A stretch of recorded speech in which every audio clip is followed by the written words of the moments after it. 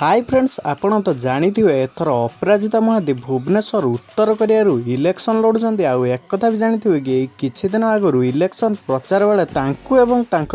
किछि लोकंकु किछि लोक आक्रमण करथिले एई कथा को नहीं एबे अपराजिता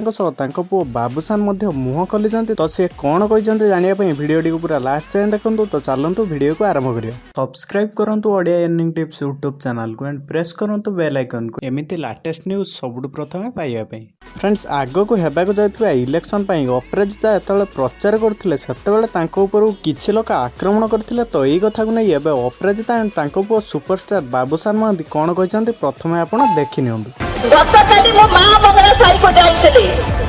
छोट छोट छुआ माने मते मां मां बोली डाकी के दौड़ी आसिले मो पाखको स्त्री लोक माने दूररु हाथ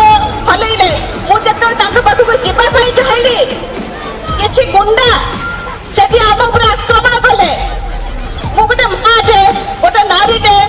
तमको लज्जा लागि नले मते आक्रमण करिया पई एटा मो एठी की स्टार हे के आसिली अभिनेता हे के आसिली